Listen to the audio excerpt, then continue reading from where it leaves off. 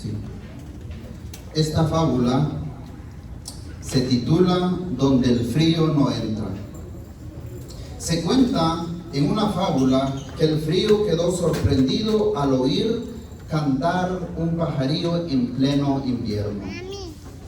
¿Dónde has pasado la noche?, le preguntó. En un establo donde los bueyes me prestaron su calor. A la noche siguiente el frío arreció tanto a los bueyes y mulas. Se les helaba el aliento, y el frío, que ya creía muerto al pajarillo, oyó con sorpresa que seguía cantando. ¿Pero dónde has pasado esta noche?, volvió a preguntar. En una cueva donde había quemado leña. La próxima noche aquella cueva quedó convertido en una nevera. El frío no salía de su asombro al oír el día siguiente el canto del pajarillo. ¿Pero todavía no has muerto de frío? ¿Dónde has pasado esta última noche?, le preguntó. Junto al corazón de una madre que estrechaba a su hijo. Y el frío se dio por vencido y dijo: allí no puedo entrar yo. Pensó el frío, dándose por vencido.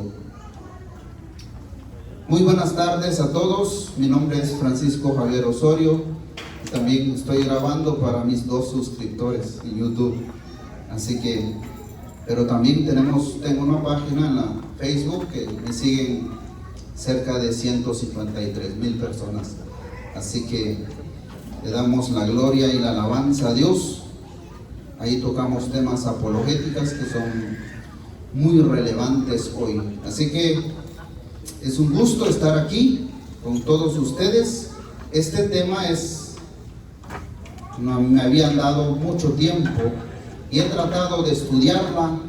Es bastante amplio este tema por el simple hecho de que compete a todos, de que nos compete a la humanidad entera. Entonces, este tema se resumiría, o lo que dio San Juan Pablo II en su catequesis, que se lo tituló La teología del cuerpo. Y son aproximadamente más de 135 catequesis que dio el Papa San Juan Pablo II sobre este tema.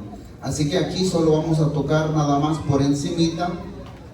E incluso hoy se estaban promocionando ese curso, Teología del Cuerpo. Lo tomé yo hace como 6 años con la misma muchacha que imparte estos temas muy enriquecedoras, porque amplía la mirada del cristiano sobre el cuerpo.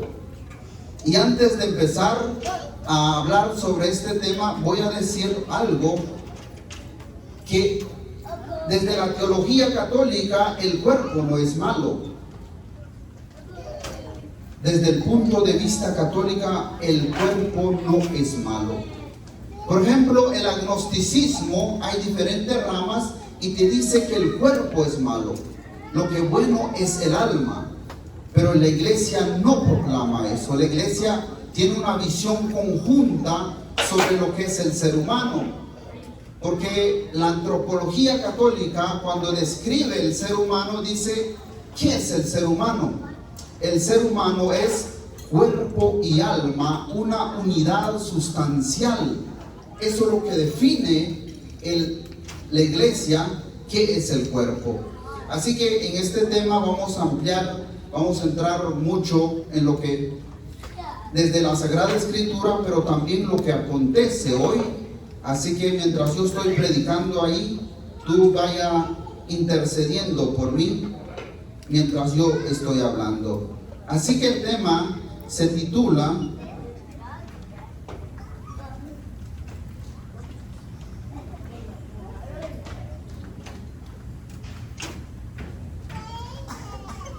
La pureza. Así se titula, pequeño, la pureza. y nos centramos un poco en lo que es la castidad. Porque mucha gente cree cuando se habla de castidad solo le compete al sacerdote. Y no, la iglesia dice a todo en conjunto. Solo que hay diferentes clases de castidad. Pero aquí también solo entramos por encimitas nada más.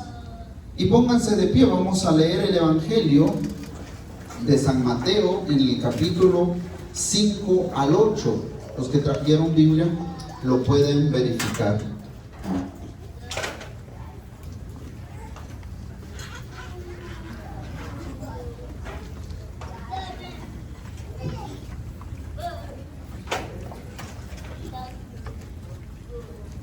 Lo vamos a hacer en el nombre del Padre, del Hijo, del Espíritu Santo. Amén.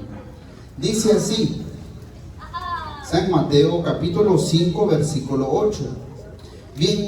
Bienaventurados los limpios de corazón, porque ellos verán a Dios. Palabra del Señor. Ya se pueden sentarse. Muy pequeño, un texto. Bienaventurados los limpios de corazón, porque ellos verán a Dios. Sencillo, pequeño, pero enumera una cosa gigantesca. Como le digo, tuviéramos una vida entera para estudiar este tema. Y lo vamos a, en este tema lo he resumido en 14 puntos. 14 puntos tiene este tema. El primero es, lo vamos a ver, los utensilios y objetos dedicados a Dios. Dios pide que le dedicaran objetos directamente para su propósito y nada más. El segundo punto, vamos a ver la castidad de José el soñador. En la tercera parte vamos a ver la castidad de Susana, una mujer valiente en la Sagrada Escritura. El cuarto punto lo vamos a ver la castidad de Urías, de un pagano, que no pertenecía al pueblo de Israel, pero fue fiel a Dios. La castidad de los eunucos, la castidad de los santos. El séptimo, el impacto de la castidad en el Imperio Romano.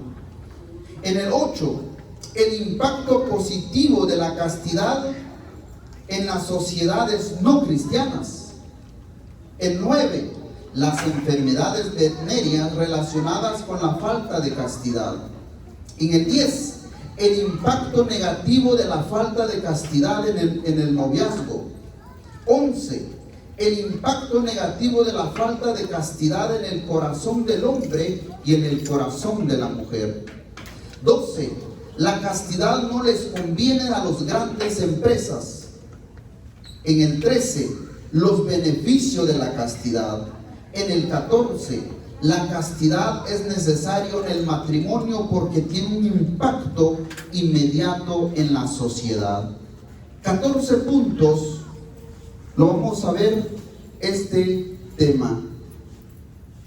En el libro del Éxodo, en el capítulo 23 al 29, o Éxodo 37 al 10 y al 16, o Número, en el libro de los Números, en el capítulo 4, versículo 7. Allí nos narra de cómo Dios le pide a Moisés que consagre objetos y utensilios directamente para el propósito de Dios, para su altar. Esos utensilios, objetos, está dedicadamente, único y exclusivamente a Dios y nada más. El que lo tocaba, eso se moría. Entonces, Dios pide a Moisés que le consagraran esos objetos. Y miren lo que nos dice a la palabra de Dios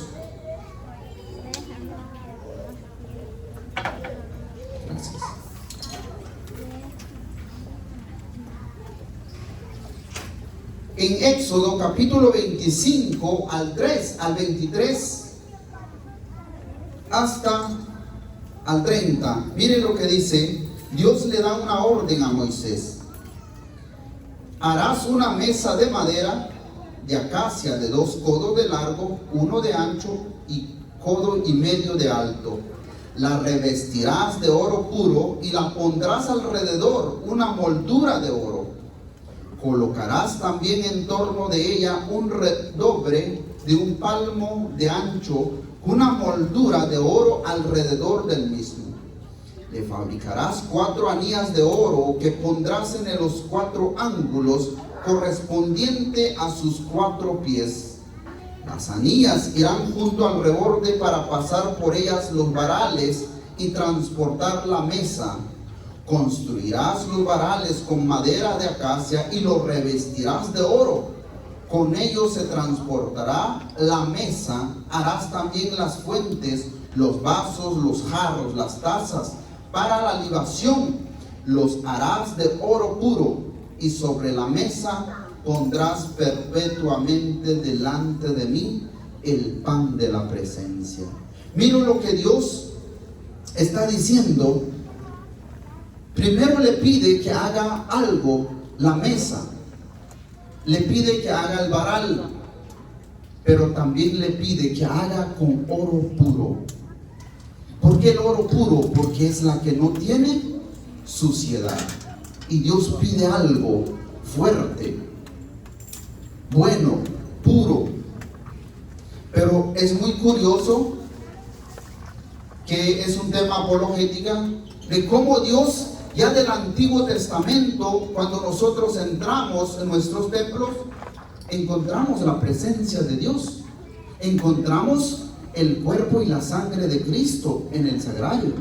Pero aquí ya Dios ya le pide a Moisés que tenga un pan en la mesa perpetuamente.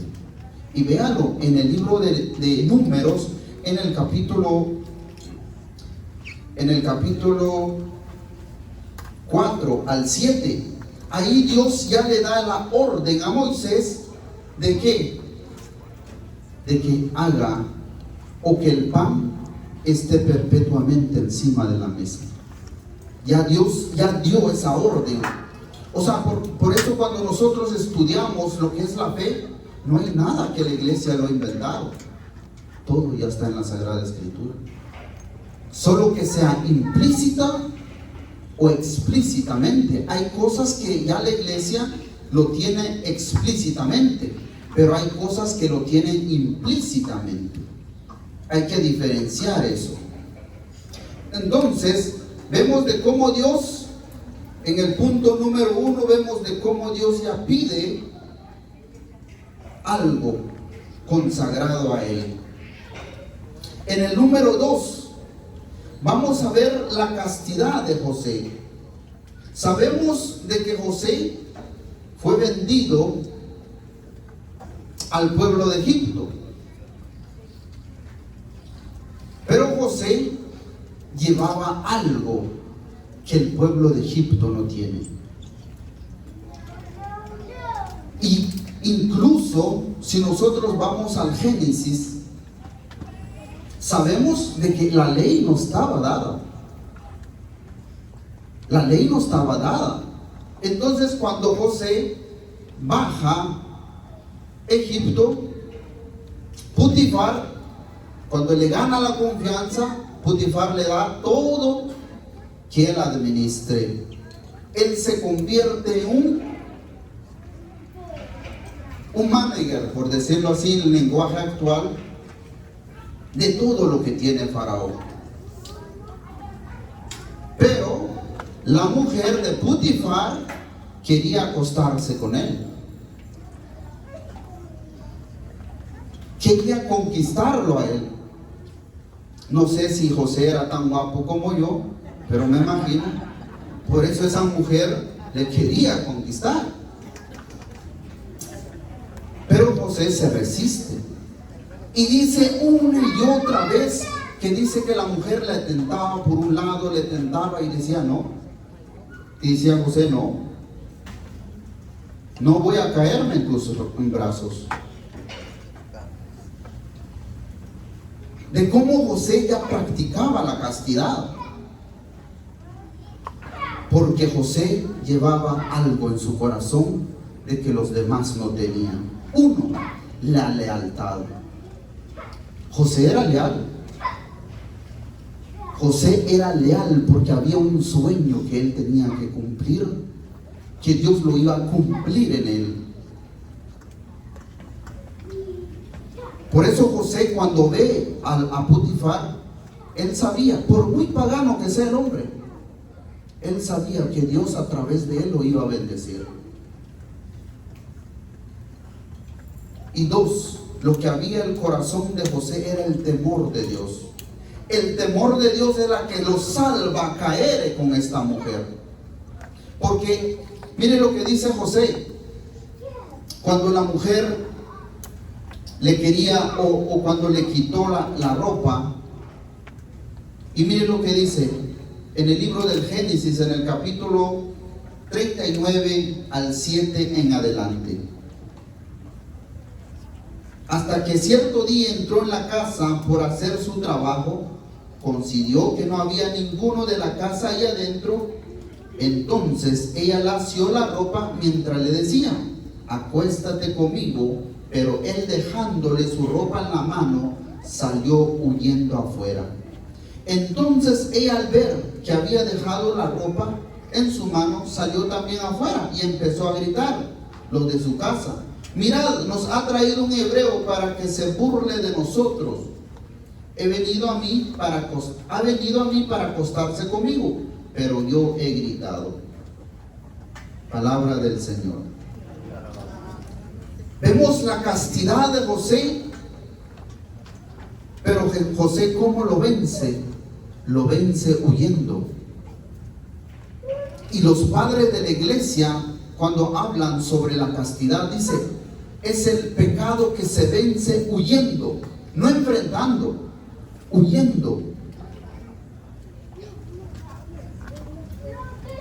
José se salva porque había lealtad en su corazón, porque tenía el temor de caer con esta mujer. Y lo vence la tentación huyendo. En el número 3, la castidad de Susana. Había una mujer en el pueblo, cuando el pueblo de Israel estaba en Babilonia. Y esta mujer, dos cosas le dice la Biblia que esa mujer: uno, tenía el temor de Dios, y otro, era hermosa. Entonces esta mujer, su marido, por decirlo así, era adinerado. Entonces invitaba a mucha gente en su casa, y había dos jueces, pero la Biblia lo describe como los corruptos del pueblo, pero querían aprovecharse de ella, y los dos le llevaban ganas a esta mujer. Entonces, pero ninguno se atrevía a contarse el uno al otro. Y cuando se fueron, le dijeron: vamos a almorzarnos. Y lo dice en el libro de Daniel, en el capítulo 13, versículo 2 al 3. ¿Cómo lo describe esta mujer?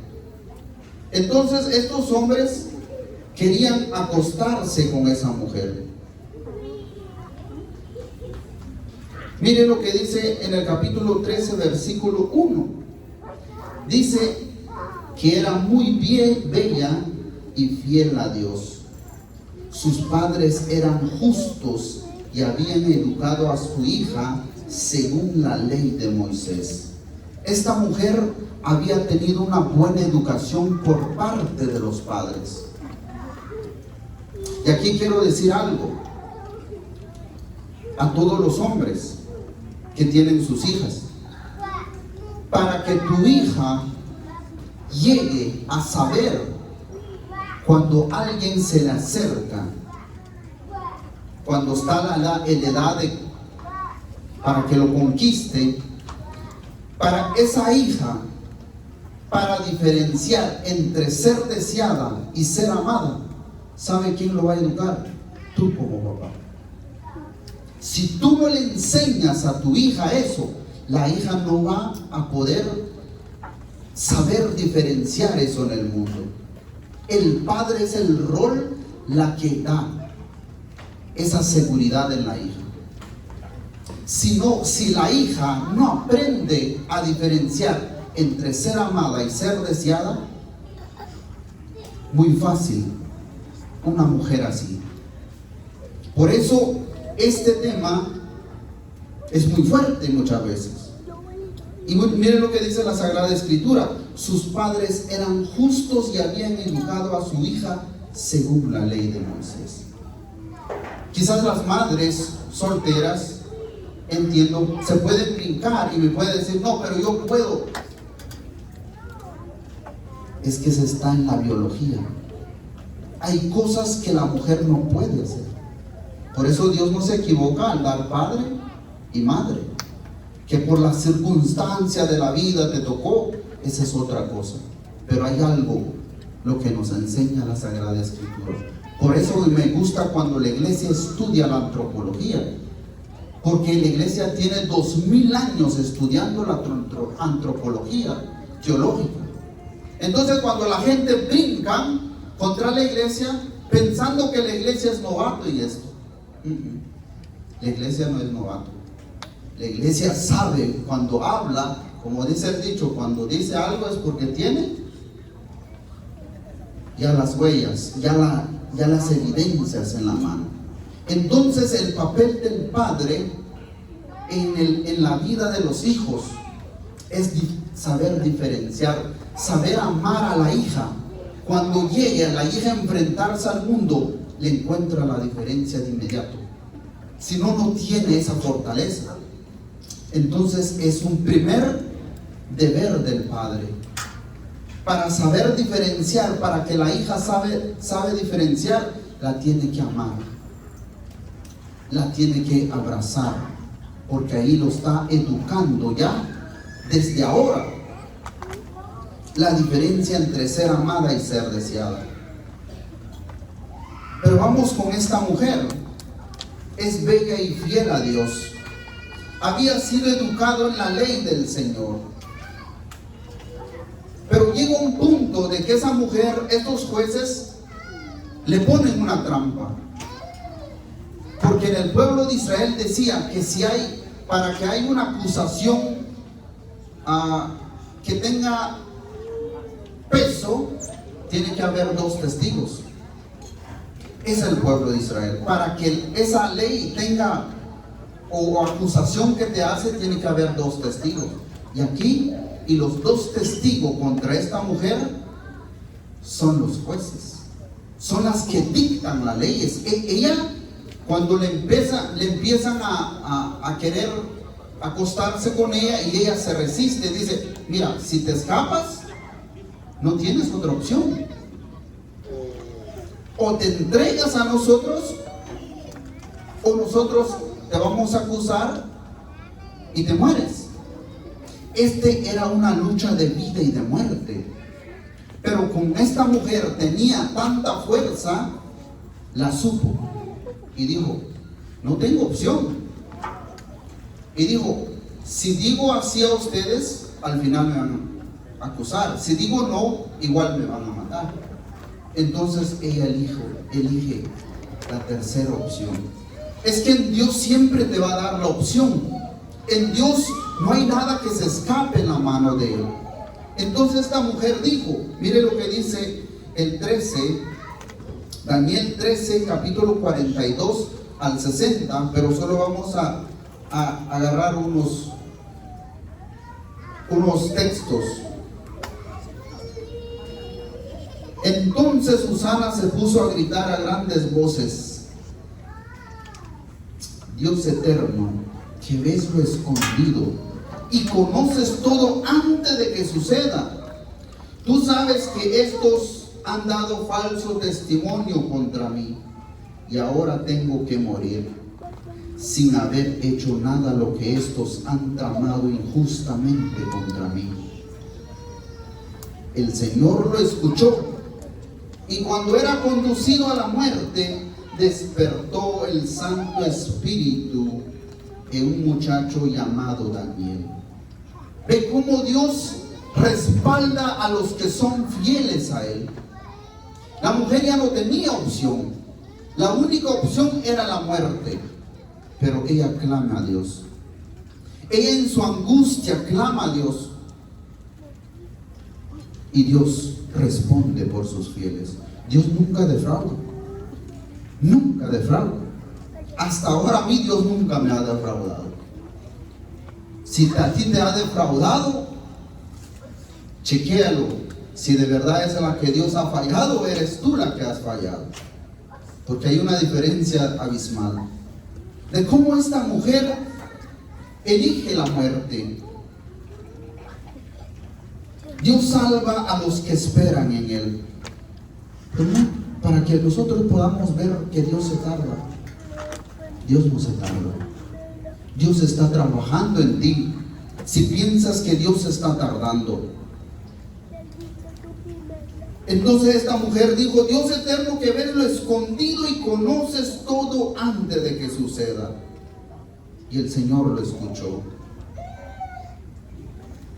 Dios salva a los que esperan en Él, dice el Salmo. Dios nunca defrauda.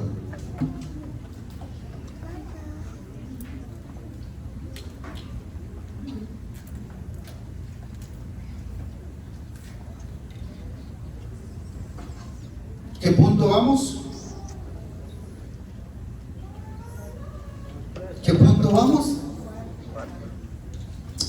No, 3 vamos. Ahora vamos por el 4. El cuarto es la castidad de un pagano.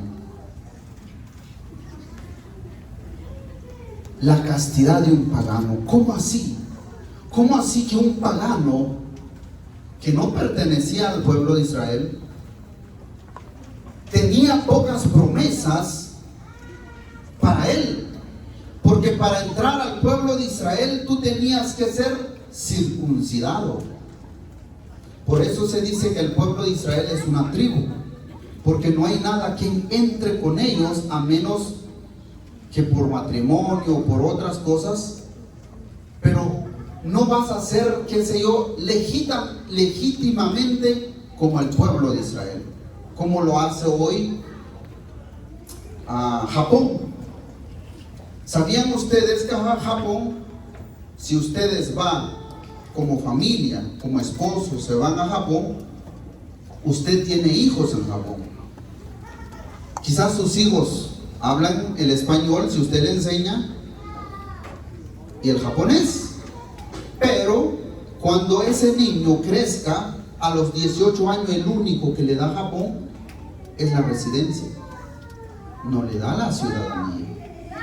Y hoy Japón es una tribu, pero muchos dicen que ellos tienen que hacer sus leyes desde ya, porque los japoneses ya se están desapareciendo.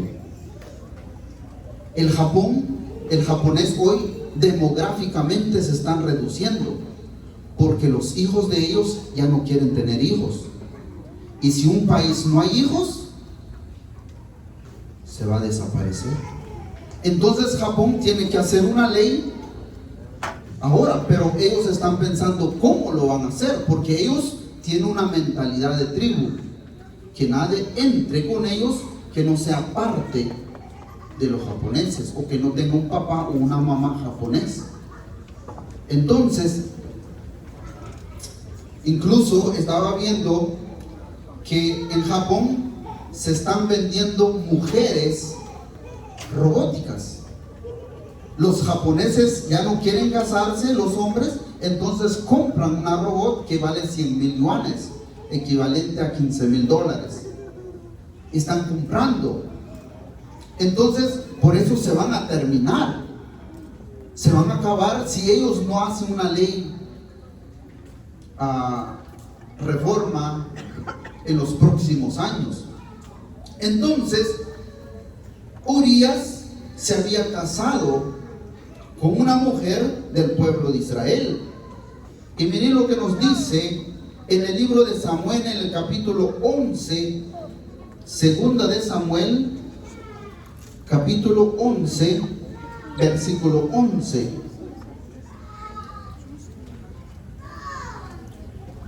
En el libro de Samuel, capítulo 11, versículo 11.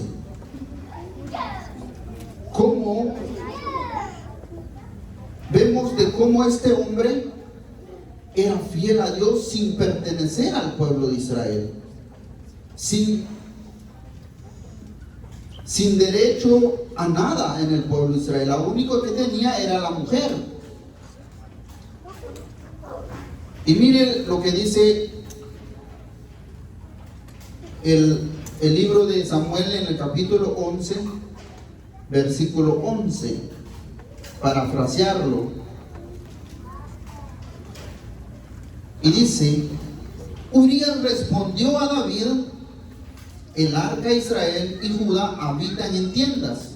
Joab mi señor y los hombres de mi señor acampan en el suelo. Y yo voy a entrar yo en mi casa para comer y acostarme con mi mujer. Por tu vida y la vida de tu alma no haré tal. Entonces David dijo a Urías: quédate hoy, también mañana dejaré que regreses. Urías se quedó aquel día en Jerusalén. El día siguiente le invitó David a comer con él y lo hizo beber hasta emborracharse. Por la tarde salió y se acostó en el lecho con la guardia de su señor, pero no fue a su casa. Palabra de Dios. Mire cómo, para ponerlo en contexto, ellos salían, el pueblo de Israel salían una vez al año a dar guerra, a conquistar tierras. Entonces lo que hacían ellos, para que ellos se sentían tan protegidos, llevaban el arca de la alianza. Entonces ellos no salían a la guerra mientras no llevaban el arca de la alianza. Y llevan el arca de la alianza, pero David no había salido, porque David era un hombre que había vencido a sus enemigos. El Salmo 147 resume lo que había hecho David, el éxito que había tenido David. Le puso paz a sus fronteras y sació a su pueblo con la mejor de las harinas, dice el Salmo 147. Entonces David pensó, como había vencido a sus enemigos, la batalla ya estaba calmada. Pero él no sabía que él en su casa iba a ser vencido. Entonces, pero vamos a este pagano que es Urías. Él se había casado con una mujer del pueblo de Israel. Entonces lo que hacía él, cuando David se acostó con esta mujer que no era su mujer, quería ocultar el embarazo. Entonces lo que hizo David es, mandó a llamar a este hombre y le dijo: ven. Y le dijo: ve a acostarte con tu mujer. David, que era el rey, tenía el poder para decidir qué tiene que hacer ese hombre. Pero ese hombre no sabía que él tenía una libertad que no lo da el hombre, si no lo ha dado Dios, que es la libertad de lo que quiere ser el ser humano. Pero cuando nosotros abusamos de nuestra libertad, se convierte en libertinaje. Pero el hombre tenía una libertad interior. Incluso los grandes hombres a la historia, como grandes filósofos, ellos dicen, siempre queda la libertad del hombre. Incluso lo dice Benjamin Franklin, creo, en su libro,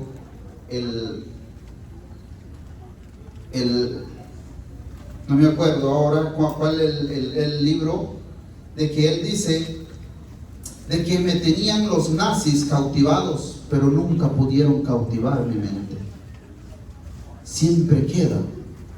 Incluso a Cristo en la cruz, Jesús lo cautivaron su cuerpo, pero era libre de recitar los salmos. Siempre queda. Por eso para el cristiano, para el hombre en general, siempre queda una libertad de la que da Dios. Es curioso cuando la ONU habla sobre la dignidad humana, la ONU no se pone de acuerdo. ¿Por qué el ser humano tiene dignidad? Léanlo en la página de la ONU. Porque como la Iglesia Católica, cuando la Iglesia llega a la ONU, forma la ONU, pero llega como invitado. Y cuando llega como invitado y como la Iglesia tiene su moral y su ética firme, entonces le sacan a la Iglesia una patada. Por eso la ONU no puede ni siquiera decir, cuando habla de derechos humanos o cuando habla de la dignidad del ser humano, cuando se van a escarbar un poquito en qué filosofía se basa, no tiene nada. Entonces este hombre llega a David y no se va a su casa. No, tenía la orden del rey, tenía el permiso de su general, pero no va a su casa y se queda con los guardias afuera del palacio. Y David dice, no, tengo que hacer algo con este hombre. ¿Y qué hizo? Lo emborrachó, lo invitó el otro día, le dio de comer y de beber, pero ese hombre era tan leal que ni de borracho lo convencieron. Este hombre sí era oro puro, porque ni de borracho lo convencieron. Y saben que estos hombres eran la que buscaba la KGB en la Unión Soviética. Ellos, para mandar a sus soldados en una guerra o como espías, lo que hacían ellos era, digamos, tentar a un hombre. Qué sé yo, si el hombre se tienta con las mujeres, le mandaban mujeres bonitas, hermosas, como lo tiene Rusia, Ucrania. Y esas mujeres, si ese hombre no puede ser vencido por la mujer, le mandan hombres. Entonces el pueblo, la Unión Soviética hacía que estos hombres eran tan, ¿cómo le diría? Eran tan astutos que no podían ser vencidos de ninguna manera. Entonces dice, esto es bueno para ser espía. Pero este hombre, Urias, era como de la KGB, como de los espías de la KGB. Incluso se dice que Putin era un espía también. Por eso el hombre, o sea, cuando dice algo, lo va a cumplir. Entonces eran fuertes. La voluntad de estos hombres eran como de aceros. Y Urias tenía eso. Por eso cuando la gente dice, ay, es que te ofendí anoche porque me tomé unas cervezas, nosotros en Guatemala decimos bolo mañoso. Sabía lo que estabas haciendo. Que eras bolo mañoso es otra cosa. Pero Urias tenía algo especial y no se cayó y se quedó ahí tirado y le costó la vida, porque él pudiendo hacer, le costó la vida, porque lo que le pedían era cosa buena, no era cosa mala. Si era legítimo, era casado legítimamente con esta mujer, pero tenía un código de honor, tenía lealtad, tenía fuerza de voluntad. ¿Y qué es lo que él dice? ¿Cómo voy a entrar yo a mi casa para comer, a beber y acostarte con mi mujer? Por tu vida y la vida de tu alma, quiere decir, está jurando. Entonces, por tu vida y la vida de tu alma, no haré tal cosa. ¿Y por qué no? Porque dice, la alianza o el arca de la alianza está en campaña y yo voy a hacer tal cosa. Yo soy fiel a Dios. La fidelidad de pagano no era cualquier cosa. Es un hombre intachable, pero hizo fiel a Dios. Y yo sé que Dios no lo habrá defraudado a este hombre, porque por serle fiel a Dios tuvo que ser asesinado por David. Claro, de manera intelectual, pero él era el que mandó a matar, por decirlo así, a ese hombre. Porque el hombre con honor y con lealtad ni borracho pudo ser vencido. Vamos por el quinto, la castidad de los eunucos. La castidad de los eunucos nos dice en Mateo 19, 10 al 12. Jesús habla de la castidad. Y mire lo que nos dice en San Mateo, en el capítulo 19, versículo del 10 al 12. Y lo vamos a hacer en el 10. Le dijeron sus discípulos: si tal es la condición del hombre respecto de su mujer, no trae cuenta casarse.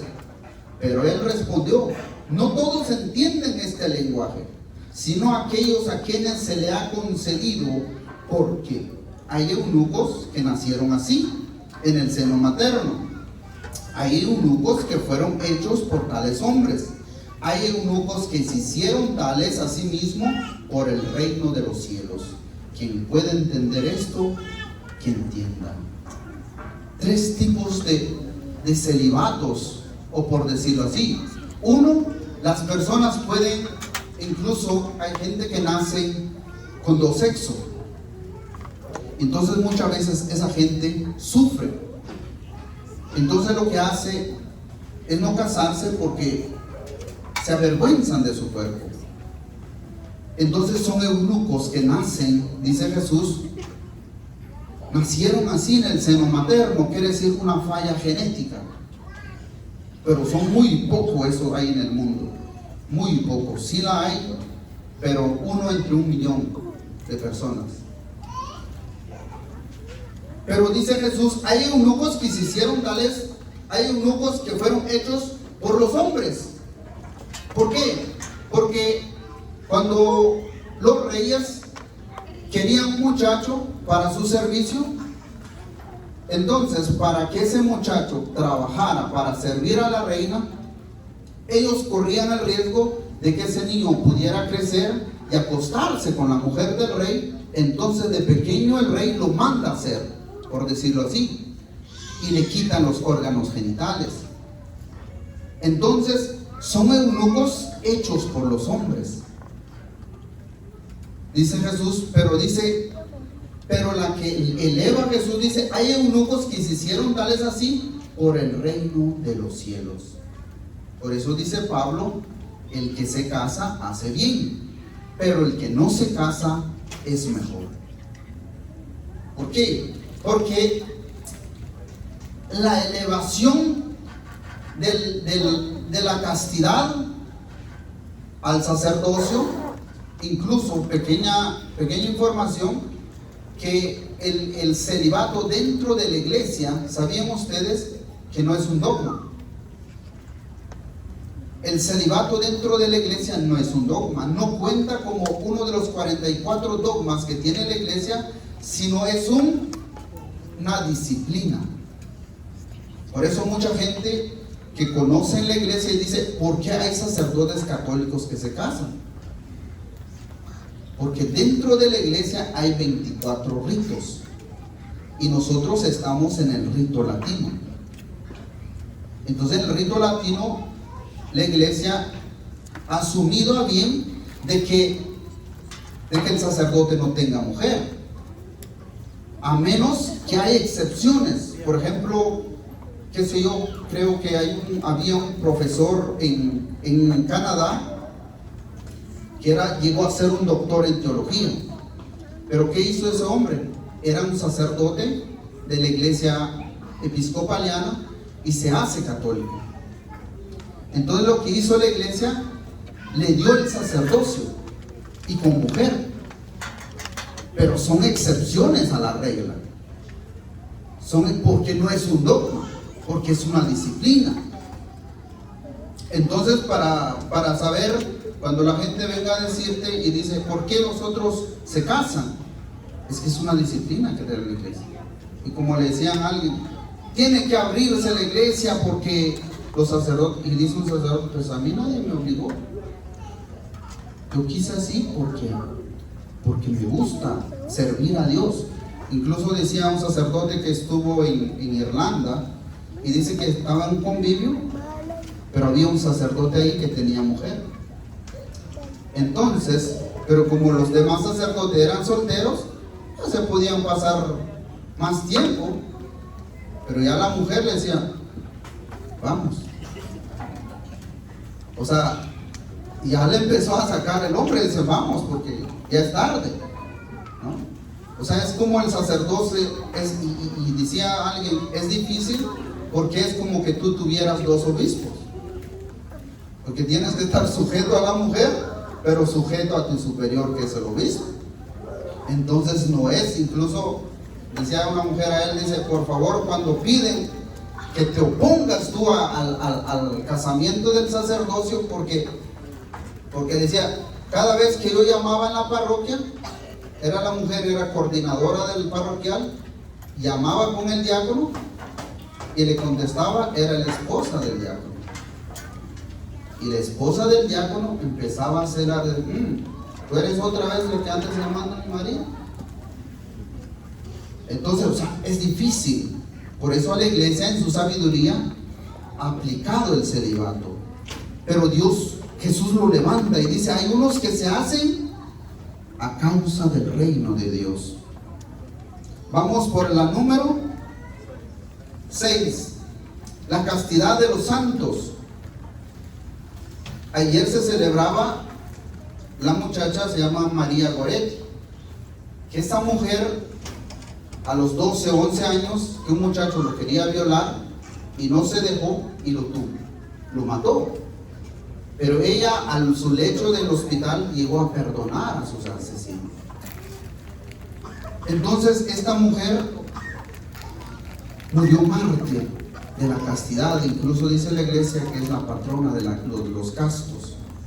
O Santo Tomás de Aquino, dice que Santo Tomás de Aquino, como su familia eran adinerados, lo querían, como era el que iba a seguir con el negocio de la familia.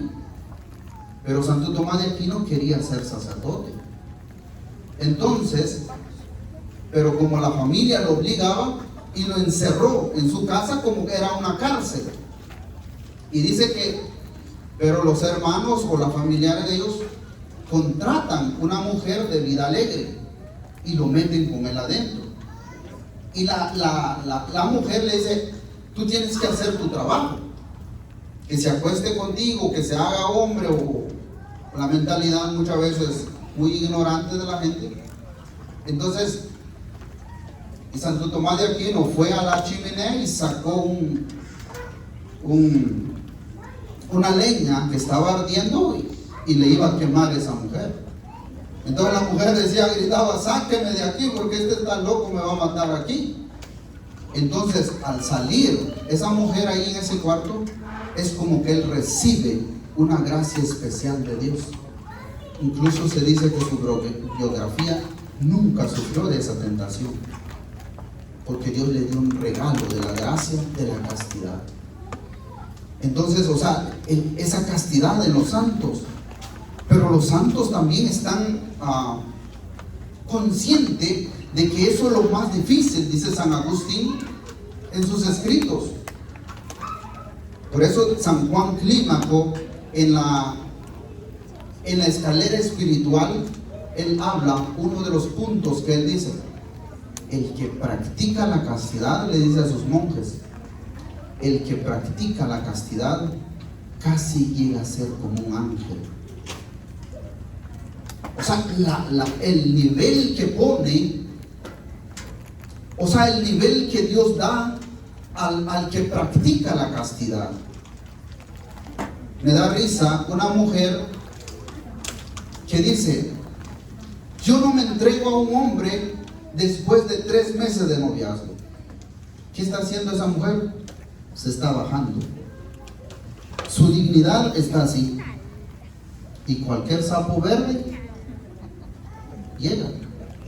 Entonces, la castidad Dios lo eleva al ser humano, le da una gracia especial. Por eso dice San Juan Clímaco: el que vive la castidad casi llega a ser como un ángel. Y lo vamos a ver ahora, los beneficios de la castidad, cómo Dios da una gracia especial. En el número 7, el impacto de la castidad en el mundo de Corintio y Romano. Cuando si tú lees las cartas de Pablo, primera y segunda de Corintio, cuando llega Pablo a los corintios, era un desastre. Era como llegar a Las Vegas. Corintio era como Las Vegas. O sea, la moral de la gente que vive ahí era perversa, porque era un puerto donde llegaban muchos vendedores o compradores y todo eso. Entonces, si nosotros tenemos el Espíritu Santo como lo tuvo Pablo, él no tuvo pena de evangelizar al mundo de Corinto. Por eso a nosotros no tenemos que asustarnos cuando la gente nos insulta. Yo recibo cada vez insultos ahí en la página de donde 152,000 personas me siguen. Ahí me escriben la gente y me mienta hasta todo. Pero cree que tengo pena con esa gente. Eso es lo que le digo yo: pone tu argumento y debatamos si quieres. No tengo ningún problema, pero que tus argumentos sean firmes. Entonces nosotros tenemos que llenarnos, tenemos que conocer lo que predica nuestra fe. En el mundo romano se dice que el mundo romano era tan perverso, incluso hace poco que se descubrió las tumbas en Roma, que había unos pozos, y esos pozos encontraron cráneos de bebé. Entonces dice la gente: mira lo que el Vaticano. El problema es que ellos no conocen el Vaticano. El Vaticano era el imperio romano. Entonces, ¿qué hacían los romanos con las mujeres de vida alegre? Era, si una mujer se quedaba embarazada, no lo podía abortar, porque no había los procesos como hay hoy. Entonces lo que hacían, esperaban que el bebé naciera, agarran el bebé y lo meten al pozo, lo matan. Entonces, cuando la moral cristiana llega al pueblo de Roma, Roma era fuerte en esto, pero ¿sabe qué lo venció? La castidad de la gente, la castidad de los cristianos, que empezaron a practicar la moral fuerte de los cristianos. La venció el imperio romano. Y el imperio, ¿qué decían? Que el imperio romano nadie lo vencía, y cayó. Pero los cristianos cambian la moral del pueblo de Roma. Entonces nosotros, cuando tenemos esa visión tan grande, no vamos a ver lo que ocurre hoy, sino sabemos que Dios camina a través de la historia. Empieza contigo y conmigo. El número 8, el impacto positivo de la castidad en el mundo actual de los países no cristianos. Tiene un impacto. De los no cristianos, quizás no es castidad, quizás es continencia o lo que tú le puedes. Por ejemplo, la India. Para la India, el pueblo no cristiano, que es la India, sabe, si tú buscas hoy en Google el país, y nos tiene que dar una vergüenza esto, el país menos cristianos, y es la que menos hay divorcio. El número 1 en los matrimonios que se mantienen, por decirlo así, es la India. El 1% de los divorcios hay en la India. Pero ¿sabe qué hacen ellos? Es que educan a sus hijos o a sus hijas y les dicen: no tienes que entregarte hasta casarte. Claro, ellos tienen sus ritos y todo, por eso los países no cristianos. Y le llega eso tanto, y eso es lo que hace, si hay una espera. Incluso se ha descubierto, unos psicólogos hicieron una prueba. Le dicen a los niños: te doy un dulce, le siento un montón de niños y le dejo un dulce. Tienes libertad de comer, pero si yo regreso, y no has comido ese dulce, te doy otro. O sea, eso es un experimento que se hizo. Entonces, le dan el dulce a los niños, tienen la libertad de comer, pero eso sí, si no lo comes, al terminar, te doy otro. Pero los que comieron, no les voy a dar nada. Entonces, y los niños le dan, y hay unos niños que comieron, pero ellos siguen el rastro de esos niños. Cómo esos niños van creciendo, van creciendo, van creciendo, van creciendo. ¿Y saben qué se descubrió? Que el que comieron los dulces, más del 80% de ellos tuvo fracasos en la vida. Y el niño que aprendió a esperar, y ellos siguen el rastro, la mayoría de ellos terminaron gente exitosa. Entonces había un porcentaje. Entonces la castidad en el mundo no cristiano está teniendo un impacto. ¿Y cuál es el país más liberal? Vean los divorcios acá. Más del 50% de los matrimonios terminan en divorcio. Dígame si no tiene un impacto, aunque sea a nivel natural, terminan en divorcio. Y ahí estadísticamente, y aquí yo me baso por estadística, no crea que me invento nada. ¿Por qué? Porque la India le enseñan a los niños y a los jóvenes que tienen que entregarse hasta cuando ya se hace el rito, como nosotros lo ponemos el matrimonio y todo eso. Le enseñan a esperar. Ahora entramos en el punto número 9. Las enfermedades venéreas a la falta de castidad. ¿Sabe lo que dice la CDC? ¿Cuántas enfermedades relacionadas con la sexualidad hoy? Hay más de 200 enfermedades. Y lo tiene en el libro del doctor Pablo Muñoz Uturrieta, que se llama las mentiras que te cuentan y las verdades que te ocultan. Y él lo ha sacado en 500 artículos científicos. Entonces, dice que hay más de 200 enfermedades venéreas relacionadas con la sexualidad. Hay 15 de ellos que son peligrosas. La gonorrea, la sífilis, la gonorrea, la sífilis, por lo demás, la clamidia, la sífilis primaria, secundaria, los herpes simples, la VIH, son siglos en inglés. En Estados Unidos, del 2008, 1 de 4 mujeres tenían al menos una enfermedad sexual. 1 de cada 4 mujeres tenían una enfermedad. Y esto, la OMS omite ese punto, porque dice que la OMS dice que hay una vacuna, pero esa vacuna ha sido ineficaz, porque hay dos clases. Está la clase que son inmunes a las vacunas, y hay otro que sí.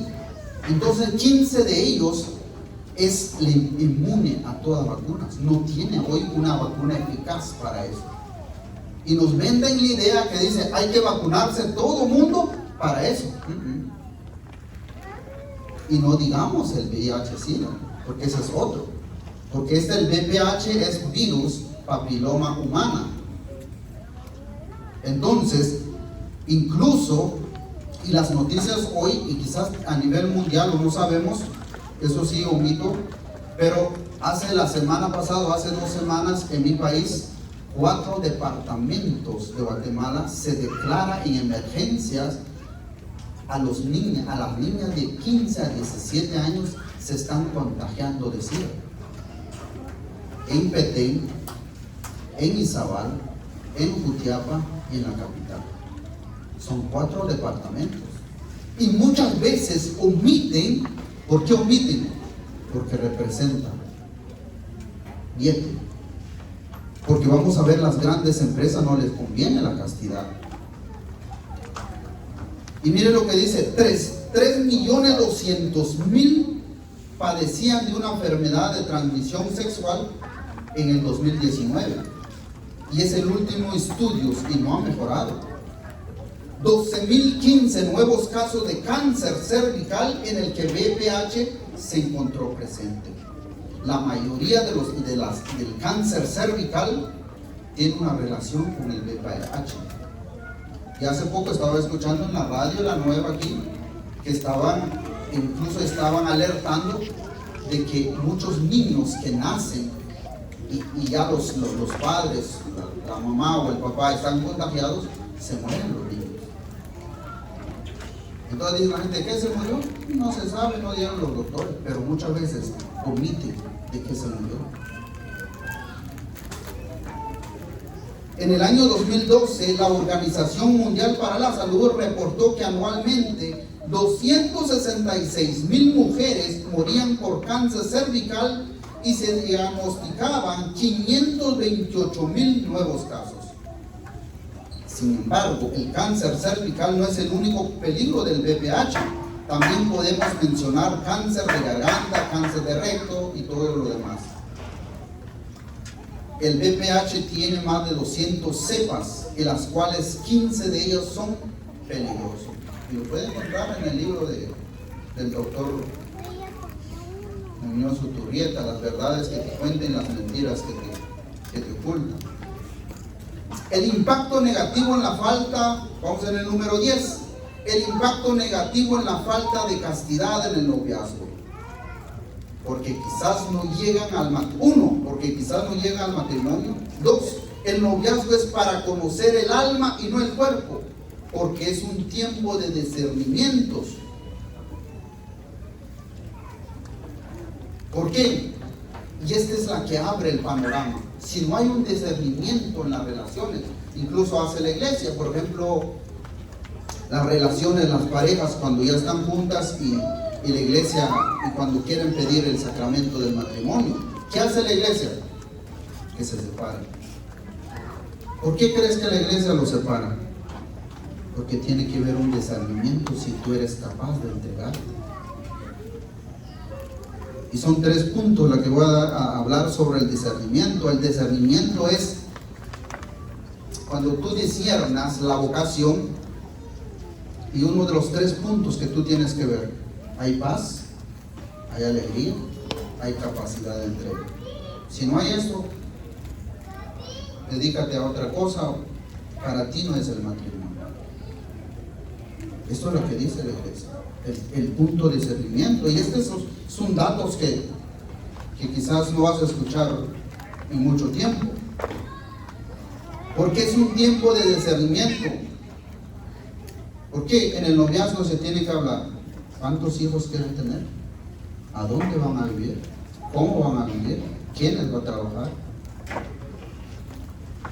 Esos son puntos. Y yo no sé si la gente que dan clases de matrimonio, no sé si, porque yo le pregunté al padre, por ejemplo,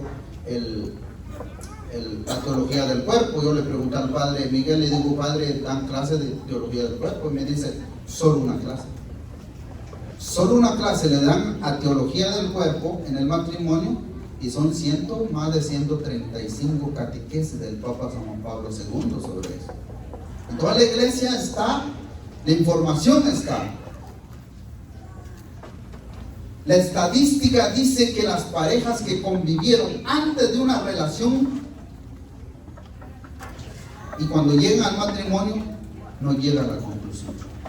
Estadísticamente, parejas que no guardaron la castidad antes del matrimonio, cuando llegan al matrimonio, estadísticamente dice que no van a llegar a la final. ¿Por qué? Son como el niño, comieron el dulcito.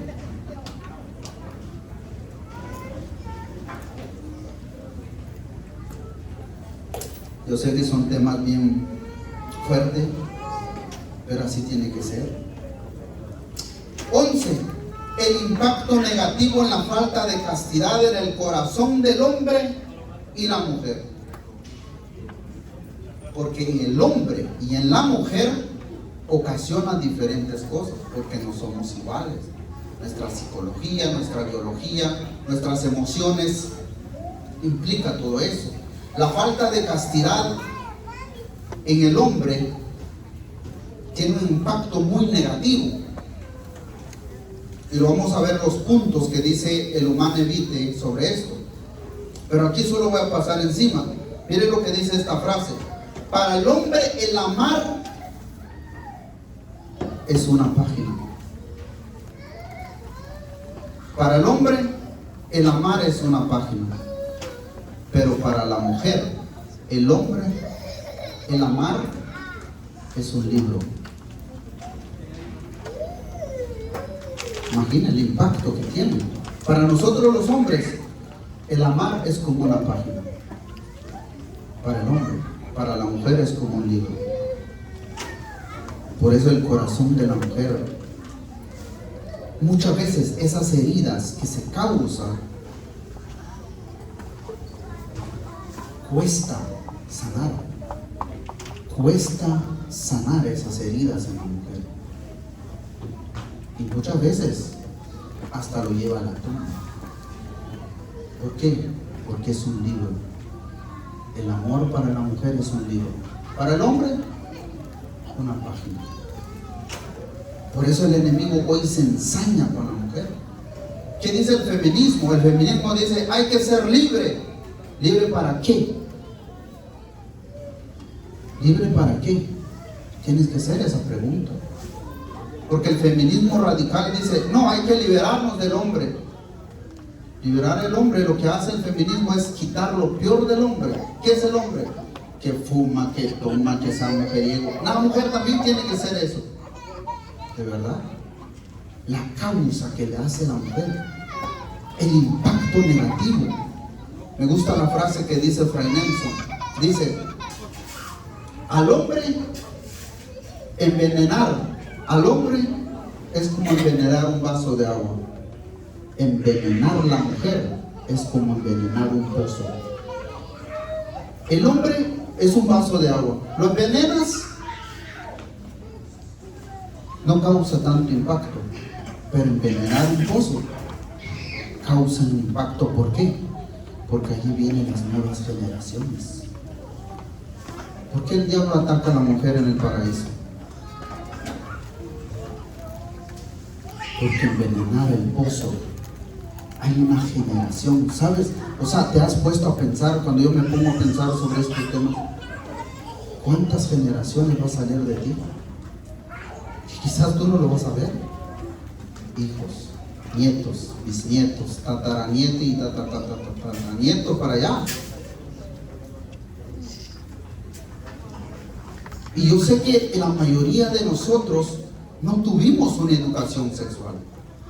¿Qué dice la gente? Por eso incluso el mensaje para los padres de familia es, tú tienes que educar a tus hijos. La escuela no lo va a educar.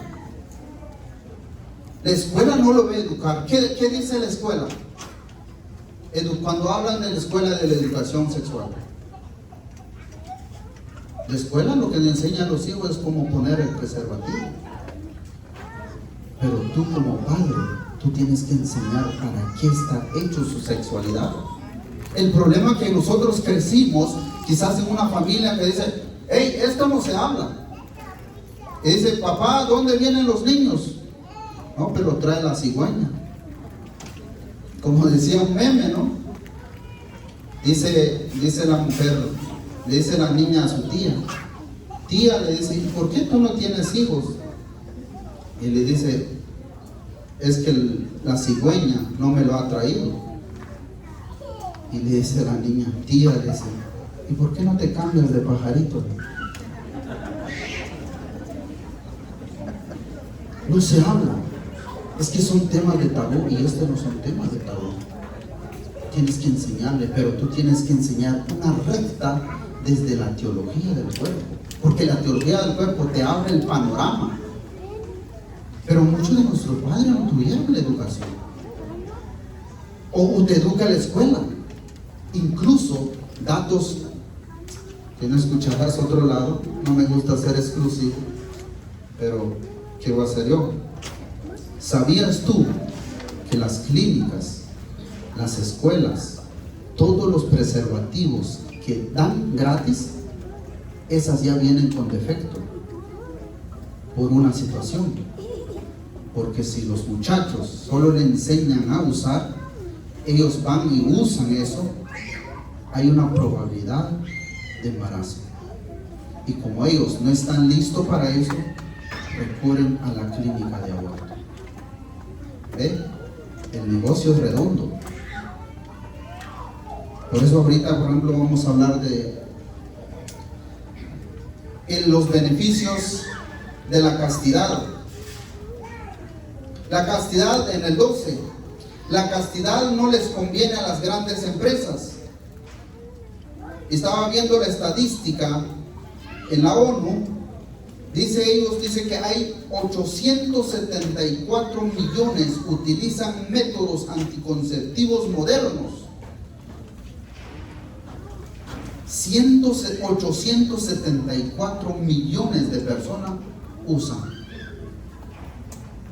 La cantidad de dinero que hacen las grandes empresas, por eso a ellos no les conviene hablar sobre estos temas. Y eso es lo que va llevando ¿a qué?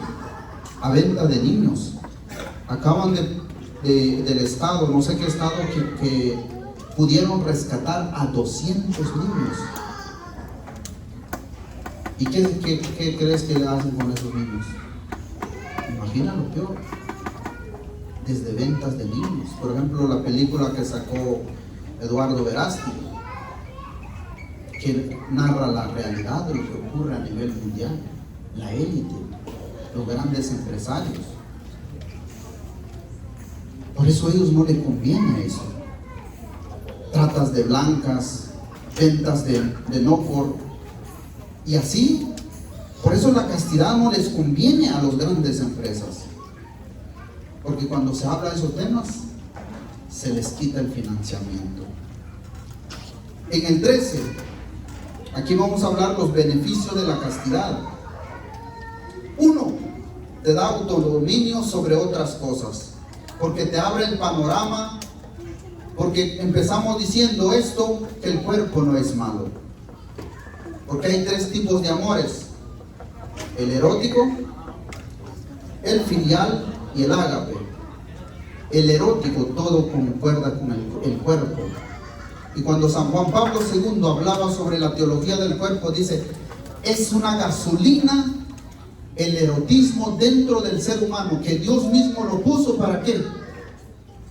Es como la gasolina para el astronauta o para un cohete.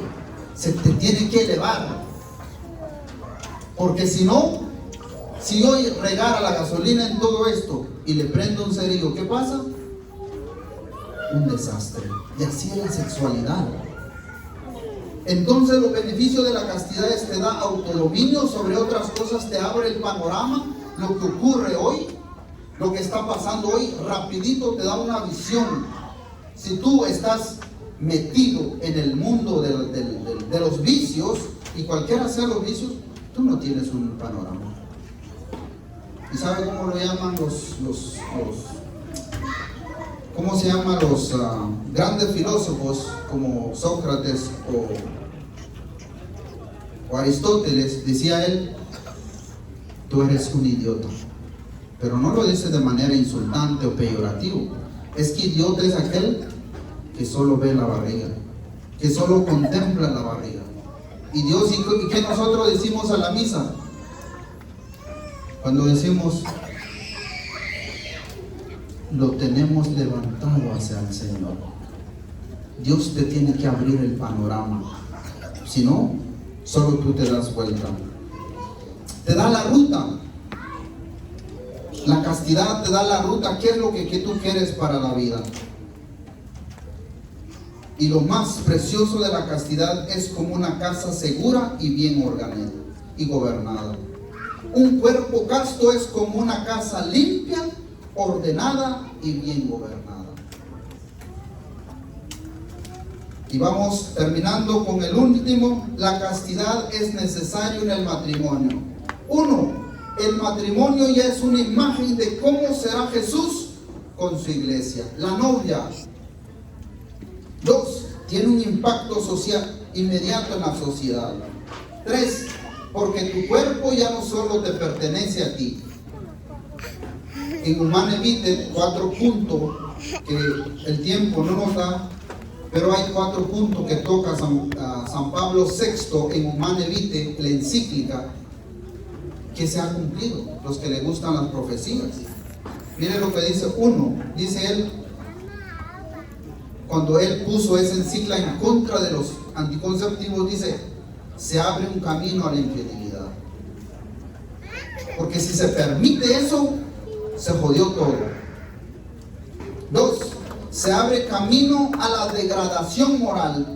Ya no se ve, ya todo vale. Por eso hoy vemos, ¿qué dice el mundo?